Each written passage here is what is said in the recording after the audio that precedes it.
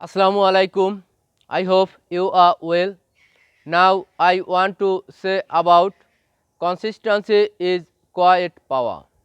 Power is not loud. Consistency is power. Many people start strong. Few people stay. Consistency is not exciting. It is repetitive. It is simple. Small actions look weak. Repeated actions become strong. What you do daily defines what you become. If you are young, protect your routine. Do not chase motivation.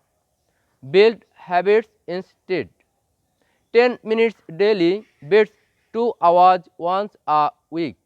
Stay calm, stay consistent. Quiet power grows. Thank you so much for giving your most valuable time. Stay safe. Assalamu alaikum.